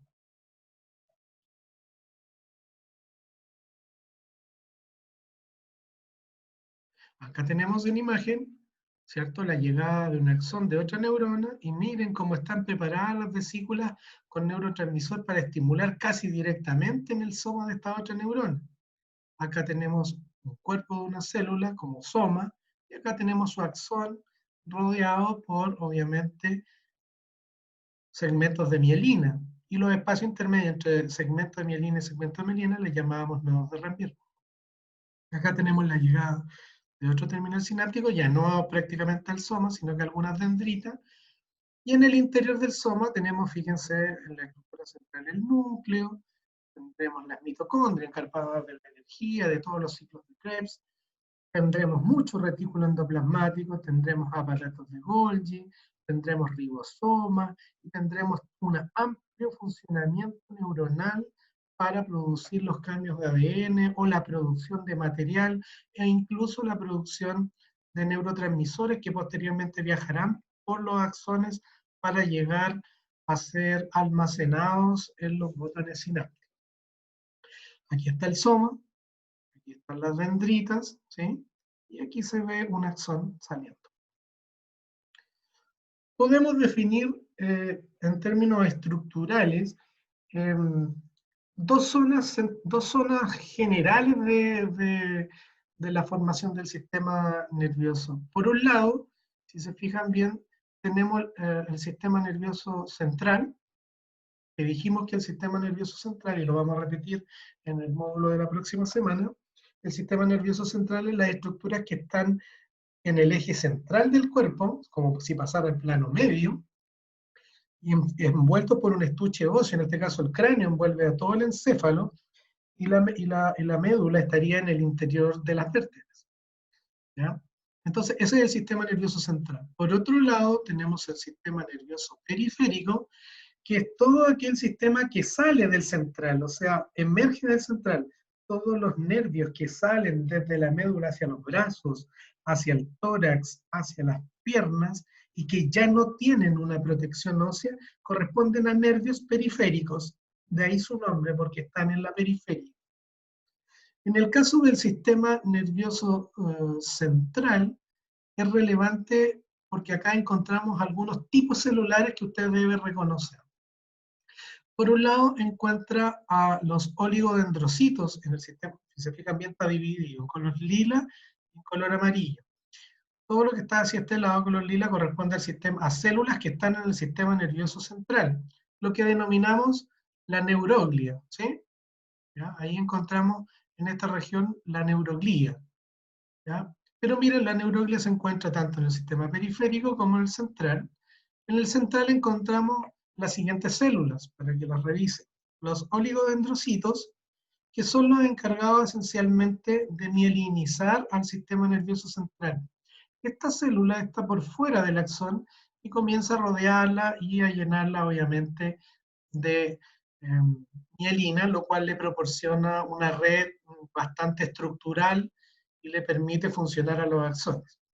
Existe otra célula del sistema nervioso central que se denomina astrocito, ¿ya? Es muy importante esta célula, esta no tiene mucho que ver con la función mielinizadora del oligodendrocito. El astrocito mantiene la red de sangre que rodea y hace soporte a la neurona. Estamos viendo todo lo que rodea una neurona. Existe oligodendrocito que rodea principalmente el axón, pero también existen astrocitos en el sistema nervioso central que proporcionan nutrientes, disuelven las concentraciones químicas de gases, absorben, reciclan, reciclan los neurotransmisores y colaboran con los procesos cicatrizales cuando alguna neurona tiene alguna falla. ¿Ya? Por lo tanto, los astrocitos son unos verdaderos cuidadores del medio ambiente, digamos, y le proporcionan por sobre todo esta estructura de soporte, de flujo sanguíneo, y por lo tanto, y reciclando, por lo tanto son muy importantes para la homeostasis o el funcionamiento interno de una neurona. Los oligodendrocitos estando en el sistema nervioso central eran importantes porque son estructurales y obviamente le proporcionan mielina a los axones para generar su comunicación. También dentro del sistema nervioso central tenemos unas células pequeñitas que se denominan microglia, ¿ya? Están dentro de la glía, que es lo que rodea a una neurona. Cuando se habla de glía, se habla de todas aquellas células o elementos que rodean a la neurona. Estas partes de la microglia son pequeños y son los encargados esencialmente de mantener todo un sistema como inmune, de limpiar, más bien como de limpieza, orden y mantención de los patógenos relativamente lejos de la neurona, que es la que vimos anteriormente. Por lo tanto, la microglia colabora con mantener un medio ambiente limpio. Si lo hiciéramos en términos de algún ejemplo central, podría ser quienes remueven todo el servicio de basura, que limpia, que saca, que reseca, para que nuestras casas se puedan mantener organizadas. Y finalmente, dentro del sistema nervioso central también encontramos un grupo de células que se denominan células ependimarias, ¿ya? Estas están muy cercanas siempre a los espacios, ¿ya? Recuerden que cuando vimos la médula había un espacio que incluso se llama conducto ependimario, porque está lleno por dentro de células ependimarias, ¿ya? Ayudan y producen y monitorizan todo lo que tiene que ver con el líquido cerebroespinal o el fluido cerebroespinal, el líquido cefalorraquídeo. Por lo tanto, estas células están en todas las cavidades. Y recuerden que en el módulo anterior hablamos que cada zona tiene una cavidad. Por ejemplo, si hablábamos del bulbo y del puente en cerebelo, el conducto asociado era el cuarto ventrículo. En el interior del cuarto ventrículo hay muchas células ependimarias, lo mismo que en el acueducto cerebral, lo mismo que en el tercer ventrículo a la altura del diencéfalo, y lo mismo que en los ventrículos laterales izquierdo y derecho. Por lo tanto, en el sistema nervioso central contamos con un grupo celular, aparte de la neurona, porque eso tiene un capítulo aparte que ya vimos, con una neuroglia formada por oligodendrocitos, principalmente relacionados con el mundo de la mielina, astrocitos, principalmente relacionados con soporte estructural y flujo sanguíneo, la microglia, encargado esencialmente de mantener la limpieza y el cuidado externo, y las células ependimarias, ya, que son las encargadas de mantener estos espacios por donde fluye el líquido cefalorraquídeo. Entonces, estas cuatro células más la neurona conforman la estructura central en el sistema nervioso central. Eso es lo que vamos a encontrar. ¿Dónde las vamos a encontrar principalmente? Obviamente que en la sustancia gris, no tanto el oligodendrocito, que pertenece un poco más a la sustancia blanca, a los cordones, a los fascículos. En el caso de la neuroglia que rodea a las neuronas en el sistema nervioso periférico, cambiamos de células, ya no aparecen los oligodendrocitos, los astrocitos, la microglia y la célula ependimaria, sino que más bien aparecen células como la célula de Schwann, ¿ya? Que rodean a los axones del sistema nervioso periférico y son los encargados de generar, en este caso, la mielina. ¿Ya? Las células de Schwann son muy importantes, cumplen la misma función que los oligodendrocitos, pero acá en el sistema nervioso periférico. O sea, estos son paralelos. ¿Ya? Participan en los procesos de reparación. O sea, la célula de Schwann tiene como una doble función. Si se fijan acá, el oligodendrocito encargado prácticamente de la mielina, él también la célula de Schwann en el periférico, el astrocito del flujo sanguíneo, ellos también un poco del flujo sanguíneo, y de la limpieza, y ellos también participan en los procesos de reparación. O sea, la célula de Schwann es el soporte casi fundamental de lo que son los axones, la comunicación alrededor de los axones principalmente. Y las células satélites, que están en el sistema nervioso periférico, habitualmente están alrededor de las neuronas, de los cuerpos neuronales, de los somas, y que regulan los nutrientes, cómo se organizan los neurotransmisores, ya alrededor de la neurona y de la glía. O sea, vienen a jugar como el rol que jugaría la microglia y la célula ependimaria en el sistema nervioso central, pero se denominan células satélites, son muy importantes en los procesos de reparación. Cuando hablamos de procesos de reparación de nervio periférico, cuando alguien se corta, no sé, en el brazo, un nervio, algo así, existe una neuropraxia, neuroedmesis, principalmente neuropraxia, que es compresión del nervio, los procesos reparativos van muy de la mano de cómo se vaya organizando las células satélites y cómo se vayan desarrollando y organizando la remielinización que va a ser la célula de Schwann. Por lo tanto, mis estimados estudiantes, a tener ojo con las características y las células que conforman tanto al sistema nervioso periférico, que son dos, como a las que forman el sistema nervioso central, que son cuatro. En ambos casos, la protagonista obviamente es la célula principal, que es la neurona, que se encuentra en la sustancia gris. Ahí tenemos la separación entre sistema nervioso central y periférico. Acá tenemos una imagen que nos muestra un poco, para tratar de mostrarnos en acción, cómo estarían organizadas las neuronas, ¿cierto? Sus núcleos, sus dendritas, ¿sí? Y como esto, mire, por ejemplo, hay astrocitos, eso significa que estamos en el sistema nervioso central, y cómo los astrocitos relacionan al cuerpo neuronal, ¿cierto? Con los capilares sanguíneos, proporcionando también algo de irrigación. Tenemos un oligodendrocito, mira, comunicándose justo a la salida de los axones, por lo tanto, mielinizando nuestros axones, y tenemos la microglia esperando la parte más externa para producir la limpieza y la mantención de la homeostasis interna celular. En el caso del sistema nervioso periférico, porque acá está separado el sistema nervioso central del periférico, ahí está el periférico, aquí está el central. En el central teníamos el oligodendrocito rodeando al axón, ¿cierto? Y generando estas muchos cientos de capas de mielina para generar estos nodos, que son los espacios, se llaman nodos de Ranvier. En el caso, acá en el sistema nervioso central, este trabajo lo hace el oligodendrocito. En el caso del sistema nervioso periférico, lo hace la célula de Schwann. Y si se fijan bien, la célula de Schwann rodea varios axones, se empieza a enrollar en ellos, ¿cierto?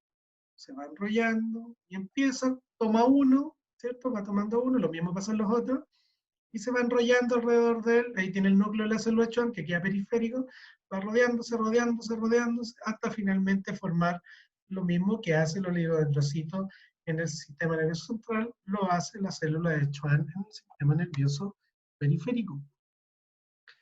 Acá tenemos, obviamente, la estructura del axón, y tengo en este caso a la célula de Schwann con su núcleo en la periferia y ya completamente enrollada sobre el axón para permitir la formación de estos nodos de Ranvier que van a mielinizar al axón y permitir que el potencial de acción salte de nodo en nodo, ¿sí? Ahí están los nodos de Ranvier, que son normales, y miren, aquí hay una vaina lesionada. Hay lesiones que afectan a la formación de mielina, ¿ya? Por ejemplo, deben haber escuchado hablar de la esclerosis lateral amiotrófica, de la esclerosis múltiple, son patologías en el sistema nervioso central, que incluyen a veces el periférico, que van degradando la mielina y por lo tanto hacen que los movimientos de las personas sean mucho más lentos, más complejos. ¿Ya? De ahí la importancia de mantener una buena salud en este sentido, que van a tener, en el caso periférico, las células de Schwann o en el sistema nervioso central, los oligodendrocitos para permitir la comunicación. Ahí está don Theodor Schwann, que nació en 1810, el año cuando se produjo la independencia de Chile, al menos la declaración, y muere en 1882. ¿Ya? Acá tenemos la estructura de la fibra nerviosa con los axones, y acá tenemos cómo nuestra célula de Schwann se enrolló y dejó dos extremos que serían nodos, que permiten que aumente la velocidad de conducción nerviosa por un potencial de acción que va a ir saltando. De hecho, se llama potencial de acción saltatorio. Acá tenemos una micrografía para fortalecer la idea de los elementos celulares que forman parte del sistema nervioso. Pueden ver, miren la cantidad de, en este caso, de axones que se van en uno o en otro sentido. Acá tenemos un corte de un nervio, este nervio corresponde al nervio ciático, las lesiones como ciatalgia, ¿ya? Y tienen axones y elementos que los rodean.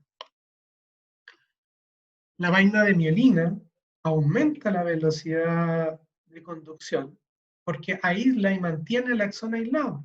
Entonces aquí tengo el nervio periférico y ahí tengo las vainas de mielina que lo aíslan y permiten que el potencial de acción salte de nodo en nodo. Las fibras mielínicas, los impulsos van saltando a alta velocidad, por lo tanto se va a denominar potencial de acción saltatorio o conducción saltatoria. O sea, cuando un axón tenga mucha mielina, ya sea dada por los oligodendrocitos o por las células de Schwann en el sistema nervioso periférico, la capacidad y la velocidad de conducción va a ser mucho mayor porque este potencial de acción eléctrico va a ir saltando de nodo a Ranvier y se va a saltar este aislante natural que es la mielina. La velocidad de un nervio mielinizado es directamente proporcional al diámetro de su fibra nerviosa. Por lo tanto, entre más mielina tenga, más va a ser la velocidad nerviosa. A mayor mielina, mayor velocidad de conducción nerviosa, tanto en el sistema central, oligodendrocito, como en el periférico, célula de Schwann.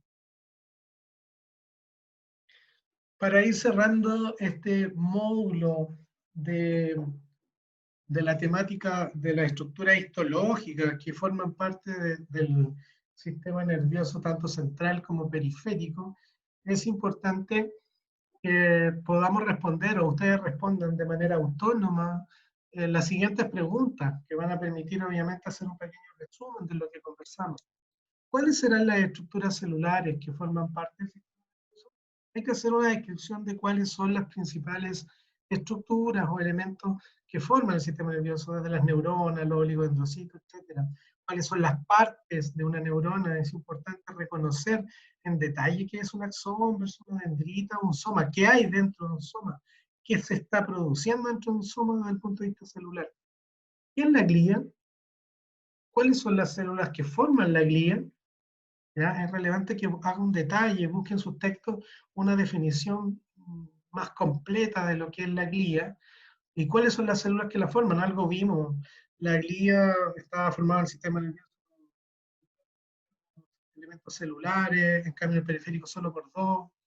Señale la función de las neuronas, tiene que encontrar muchas funciones porque las neuronas podrían ser aferentes, que recepcionan información, y hay neuronas que son eminentemente eferentes, que responden. También existen neuronas de comunicación como intermedias, ¿ya? Algunas que tienen una forma con dos polos bipolares, etc. ¿Existen diferencias celulares entre el sistema nervioso periférico y central? Es evidente que existen diferencias. Búsquelas, revíselas con detalle. ¿Por qué se generarán estas diferencias? ¿Por qué en el sistema periférico hay menos células? ¿Por qué hay más células en central? ¿Qué son los núcleos? ¿Cómo están organizados? Cuando hablo de núcleo, estoy hablando de soma, de glía, hacer una relación de eso. Y finalmente, indique si las estructuras que están formando parte de la sustancia gris, ¿ya? ¿Qué tengo en la sustancia gris? Dijimos que teníamos núcleo, por lo tanto vamos a tener al soma, las dendritas. En cambio, en la sustancia blanca parece que tenemos más bien elementos de comunicación, cordones, fascículos, y eso parece que se trata más bien de axones. Igual hay que revisarlos uno a uno para ver esa estructuración, ¿ya?